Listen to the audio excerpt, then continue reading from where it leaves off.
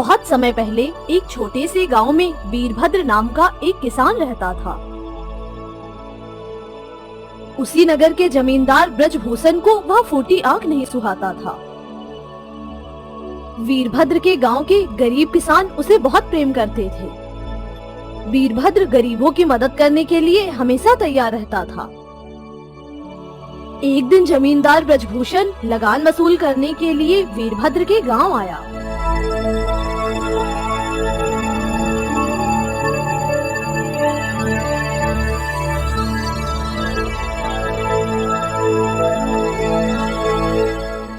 और गांव के एक बूढ़े किसान से बोला, क्यों बे, इस बार के लगान के पैसे कौन देगा? तेरा बाप? क्षमा कर दीजिए सेठ जी, इस बार बेटी की शादी की है। खर्चा अधिक होने के कारण मैं लगान नहीं भर पाया। जब लगान के पैसे नहीं थे तो बेटी की शादी करने की क्या जरूरत थी? रामू, मार मार कर इसे गधा बना दो, देखता हूँ कैसे नहीं देगा ये पैसे। बहुत देर तक सरपंच अपने आदमियों के द्वारा उस बूढ़े किसान को पिटवाता रहा कि तभी एक आवाज आई, आप लोग इन्हें छोड़ दीजिए, रघुवीर चाचा के हिस्से का लगान मैं दे देता हूँ, ये लीजिए। रघुवीर के हिस्से का लगान मैं तुझसे क्यों लूं? क्या तूने मुझे भिखारी समझ रखा है? और तू है कौन? मेरा नाम वीरभद्र है और आपको सबसे ज्यादा लगान मेरे द्वारा ही दिया जाता है। लेकिन तुम रघुवीर के हिस्से का लगान क्यों दोगे?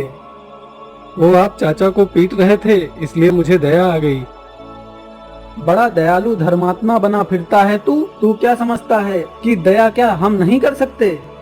जा बे रघुवीर, मैं तेरे लगान के पैसे माफ करता हूँ। आपका बहुत बहुत धन्यवाद जमींदार जी। अब जमींदार का गुस्सा वीरभद्र पर फूटा। क्या वीरभद्र, बहुत धन हो गया है तेरे पास? अगर दोबारा मेरे किसी काम के बीच में बोला तो मैं तेरी खाल खींच लूंगा। जा, दफा हो जा यहाँ से। जमींदार ब्रजभूषण का रौद्र रूप देखकर वीरभद्र ने वहाँ से खिसक लेने में ही अपनी भलाई समझी। जब वीरभद्र वहाँ से चला गया तो जमींदार ब्रजभूषण का एक नौकर बोला, यह वीरभद्र कोई कंगाल नहीं है, बहुत माल है इसके पास। वीरभद्र को धोबी न बना दिया तो मेरा नाम भी ब्रजभूषण नहीं। जमींदार ब्रजभूषण ने मन ही मन ठान लिया था कि वीरभद्र को कंगाल बनाकर ही रहना है।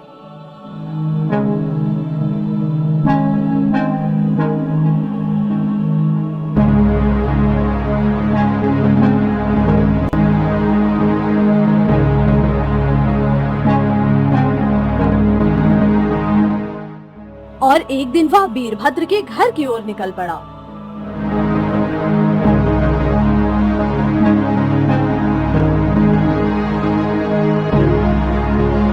लेकिन वीरभद्र भी कम नहीं था, वह मन ही मन सोचने लगा, जमींदार ब्रजभूषण मुझसे चिढ़ गया है, किसी न किसी तरह से वह मुझे चोट पहुंचाने की चेष्टा जरूर करेगा। अब मुझे अधिक से अधिक सतर्क रहना होगा।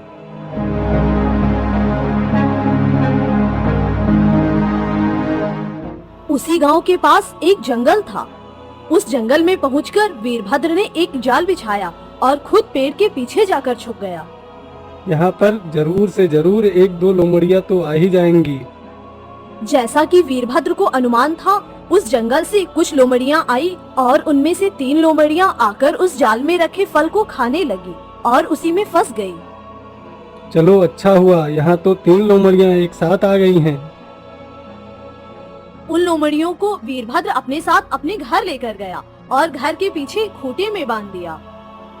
उधर जमींदार अपने नौकर के साथ वीरभद्र के घर जा पहुंचा।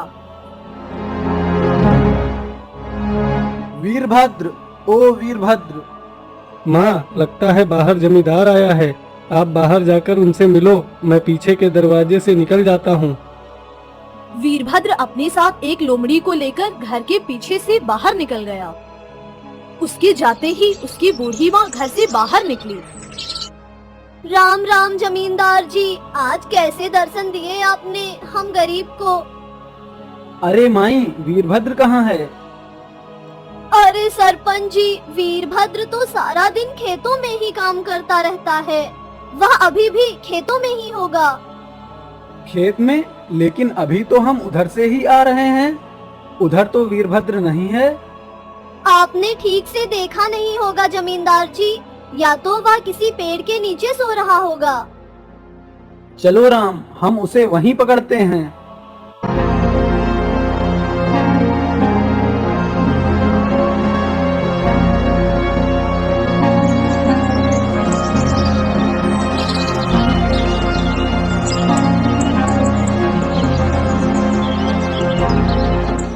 जमींदार वीरभद्र को खोजते हुए उसके खेतों में पहुंचा तो सोच में पड़ गया। इस वीरभद्र ने लोमड़ी को खेत में क्यों बांध रखा है? चलो चलकर इसी से पूछते हैं।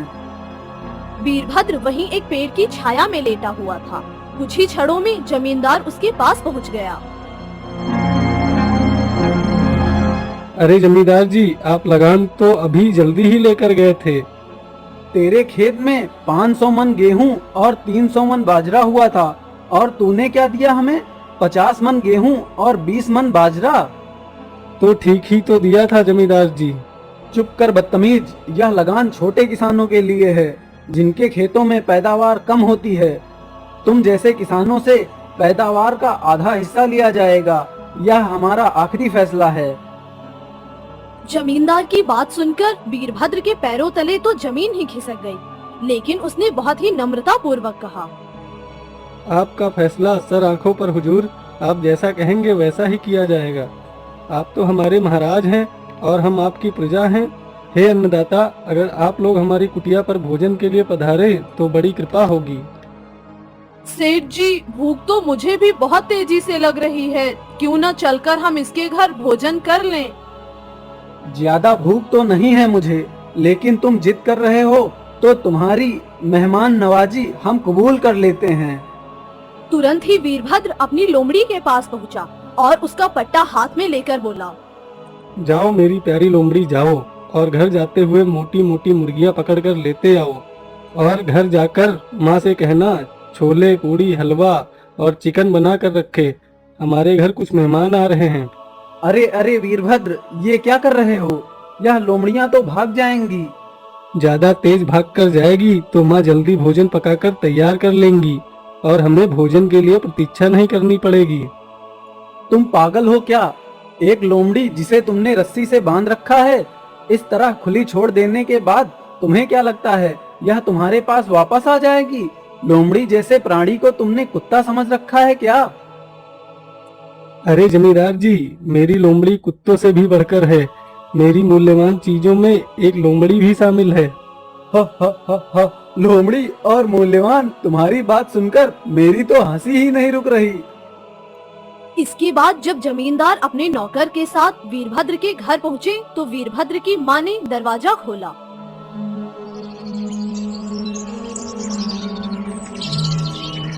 अरे आप लोग आ गए, आइए आइए, अंदर आइए, मैंने भी भोजन तैयार कर लिया है। उस दिन जमींदार और उसके नौकर ने वीरभद्र के यहाँ जमकर भोजन किया।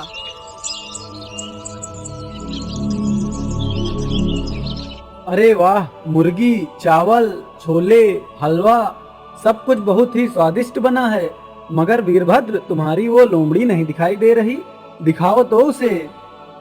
पहली लोमड़ी तो वीरभद्र के छोड़ते ही जंगल में भाग गई थी। जी हुजूर, अभी लाता हूँ।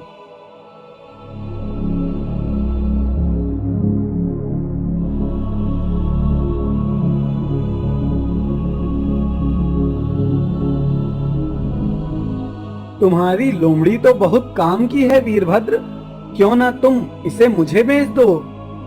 नहीं नहीं सरपंच जी, यह लोमड़ी मेरे लिए बहुत मूल्यवान है। इसे मैं हरगिज नहीं बेच सकता।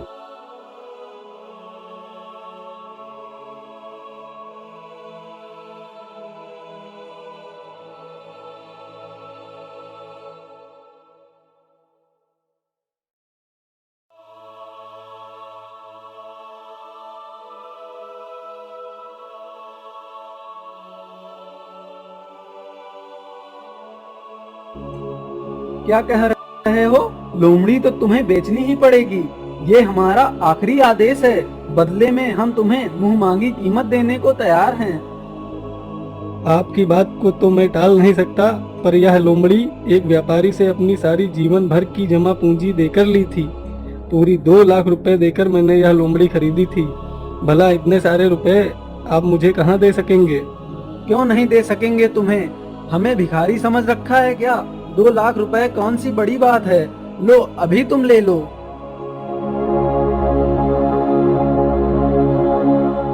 आपका बहुत बहुत आभार सरपंच जी। एक दया और कर दीजिए, मुझ पर लगान का बोझ मत बढ़ाइए। अगर आप लगान बढ़ा देंगे तो गांव के लोग आपको अत्याचारी समझेंगे और ऐसा सुनकर मुझे बहुत बुरा लगेगा। ठीक है, हमने तुम्हारी बात मान ली, अब खुश हो जाओ। 2 लाख रुपए देकर जमींदार उस लोमड़ी को लेकर अपने साथ अपने घर चला आया।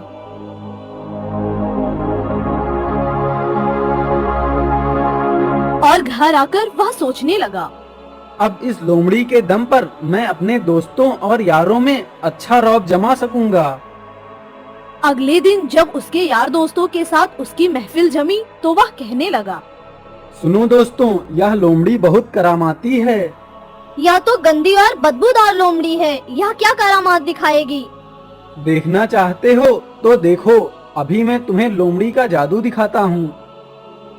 जमींदार लोमड़ी के पास आया और कहने लगा, जाओ मेरी प्यारी लोमड़ी, और जंगल से कुछ मुर्गियाँ पकड़कर मेरे घर ले जाओ और मेरी पत्नी से कहना मुर्गी, चावल, छोले, हलवा तैयार करके रखे।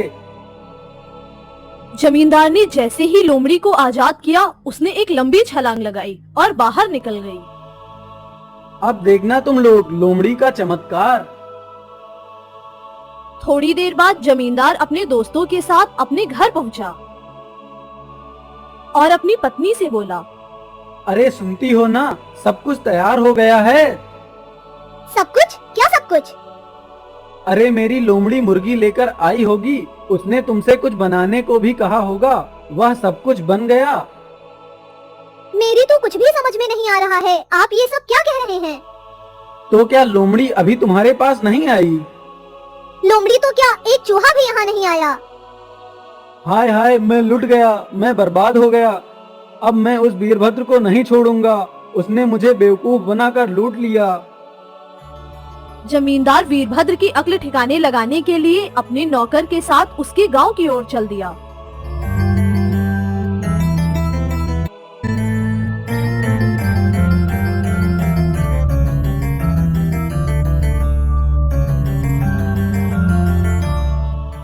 बाहर निकल वीरभद्र, आज मैं तुझे नहीं छोड़ूंगा।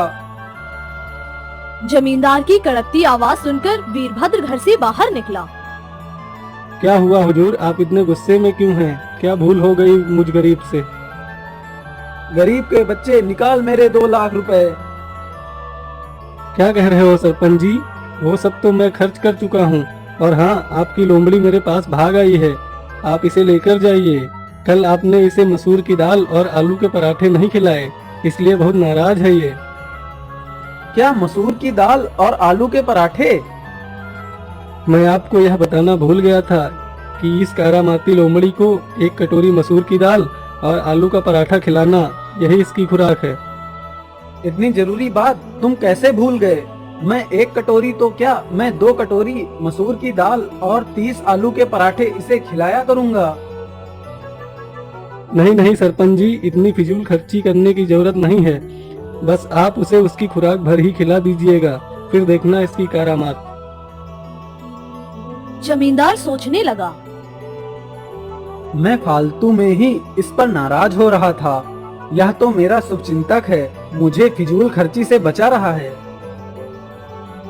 और फिर वीरभद्र ने अपनी आखिरी और तीसरी लोमड़ी लाकर जमींदार को दे दी।